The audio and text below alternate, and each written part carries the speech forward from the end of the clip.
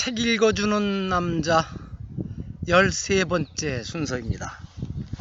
오늘은 또 제가 번역해서 출간한 담만한다 스님이 들려주는 불교 이야기, 영어 제목은 What Buddhists Believe입니다. 58쪽부터 62쪽 위까지입니다. 오늘은 신통력이라는 제목입니다. 신통력.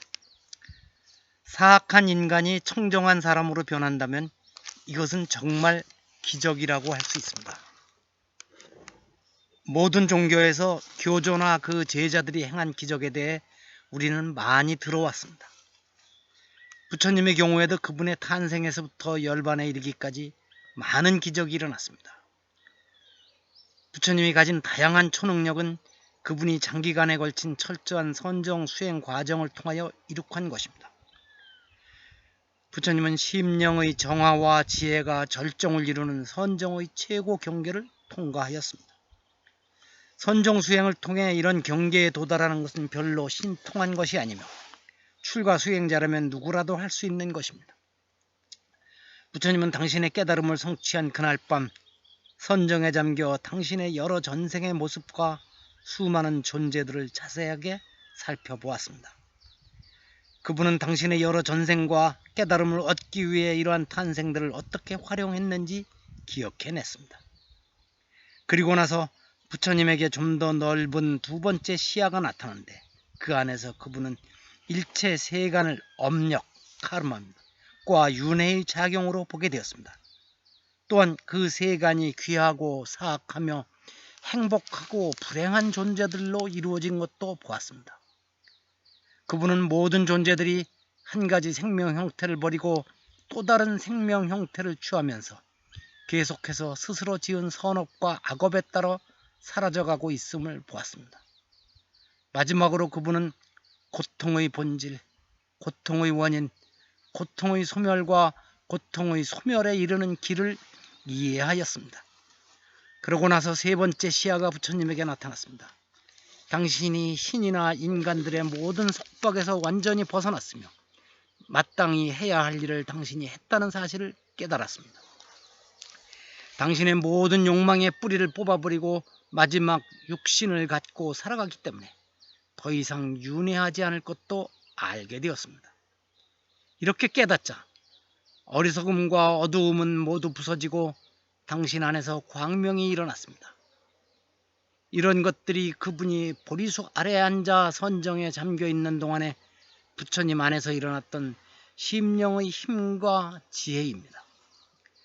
부처님은 일반 사람들과 똑같이 어머님에게 잉태되어 자연스럽게 태어났고 정상적인 방법으로 살았습니다.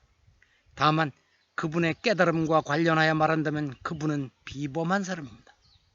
그분의 최상의 지혜를 제대로 배워 알지 못한 사람들은 그분의 삶을 잠깐 들여다보고 무슨 신통력이 있나 찾아보고서는 그분이 왜 위대했는지 설명하라고 합니다.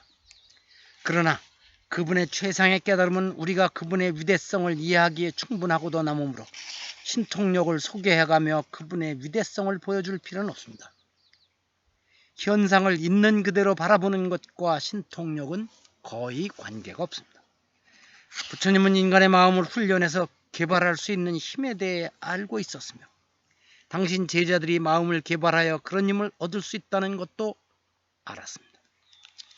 그러므로 부처님은 제자들에게 지적으로 성숙하지 못한 사람들을 개종시키기 위해서 그런 신통력을 행하지 말라고 충고하였습니다. 그분은 신통력의 이해로 물 위를 걷거나 악령을 내쫓거나 죽은 사람을 일으켜 세우고 이른바 초정상적인 행위를 하는 것들을 들었습니다. 또한 신통한 예언은 독심술, 진실 알아맞히기, 점치기 등등이라고 하였습니다. 교육받지 않은 신도들이 그런 신통력을 행하는 것을 보면 그들의 믿음은 깊어집니다. 그렇지만 이런 신통력 때문에 종교에 매료된 이름 뿌린 개종자들은 그들이 진리를 체득해서가 아니라 망상을 품고 있기 때문에 신앙을 받아들입니다. 그뿐만 아니라 일부 사람들은 이러한 기적들이 어떤 마력이나 속임수로 이루어진 것이라고 한마디 할 수도 있습니다. 부처님은 따라서 사람들이 불법에 귀를 기울여 듣게끔 끌어들이는 데 있어 그들의 이성 역량에 호소하였던 것입니다. 다음 이야기는 신통력에 대한 부처님의 태도를 잘 묘사해 줍니다. 어느 날 부처님이 강둑에 앉아있는 고행자를 우연히 만났습니다. 이 고행자는 25년 동안 금욕을 실천해 왔습니다. 부처님이 그에게 온 힘을 다 기울여 얻은 게 무엇입니까? 라고 물었습니다. 그 고행자는 아주 자신만만하게 이제 드디어 무리를 걸어서 강을 건널 수 있게 되었습니다고 대답하였습니다. 부처님은 동전 한 잎을 주고 배를 타면 누구든지 강을 건널 수 있는데 25년 동안 온 힘을 기울인 데 비하면 이 소득은 너무 보잘것없군요 라고 지적해 주었습니다. 일부 종교에서는 어떤 사람이 기적을 행하면 그를 성인으로 선포하기도 합니다. 그러나 불교에서는 한 사람이 성인의 지위를 얻는 데 기적이 장애가 될 수도 있는데 이 성인의 지위는 각 개인이 점진적 노력으로 마음에서 깨끗하지 못한 것들을 완벽하게 뿌리 뽑아버릴 때 이루어지는 성과입니다. 각 개인은 자기 정화를 통해서 성인의 지위를 성취하기 위해 노력해야 합니다. 다른 어느 누구도 자기 이외의 사람을 성자로 만들 수는 없습니다.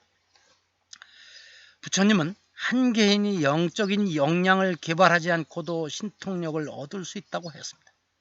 그분은 그대들이 우선 영적인 역량을 개발하면 그 다음에는 저절로 신통력 또한 얻게 될 것이다고 가르쳤습니다. 그렇지만 영적 개발 없이 신통력만을 추구한다면 우리들은 위험에 처하게 됩니다. 세속적 이익을 위해서 이 신통력을 남용할 수도 있습니다.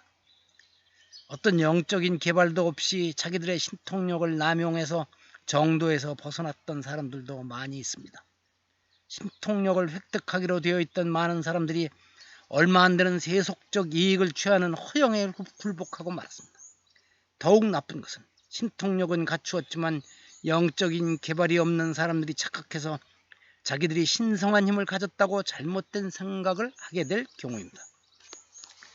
사람들이 말하는 이른바 기적들은 대부분 현상을 있는 그대로 진실하게 이해하는 능력이 부족하기 때문에 그저 자기들 마음이 만들어낸 상상과 환각입니다. 이러한 기적들은 모두 사람들이 이러한 신통력의 실제 본질이 무엇인지 아는데 실패하는 한 기적으로만 남습니다. 부처님은 당신 제자들이 당신 가르침의 우월성을 증명하기 위해 신통력을 사용하는 것을 엄격히 금하였습니다. 한 번은 사람들을 개종시키기 위해 신통력을 사용하는 것은 사람들을 유혹해서 무엇인가를 믿게 하려고 무희를 쓰는 것과 같다고 한 적도 있습니다. 적절한 마음 수련을 한 사람은 누구라도 기적이란 간단하게 말해서 물질 현상보다 마음이 우월하다는 표현에 불과하기 때문에 신통력을 부릴 수도 있습니다. 부처님에 따르면 진리를 자각하는 기적이 유일한 신통력입니다. 살인범, 도둑, 테러리스트, 술주정뱅이, 강간범들이 자기가 저지른 일이 잘못되었음을 깨닫게 되고 남을 해치는 자신의 비윤리적 생활 방식을 포기한다면 이러한 변화는 기적으로 여길 수도 있습니다. 보편 법칙인 불법을 제대로 이해하는 데서 일어나는 더 좋은 곳을 향한 변화야말로 어느 사람이든지 행할 수 있는 가장 높은 기적입니다. 이렇게 마칩니다. 우리 모두 기적을 행할 능력이 있습니다.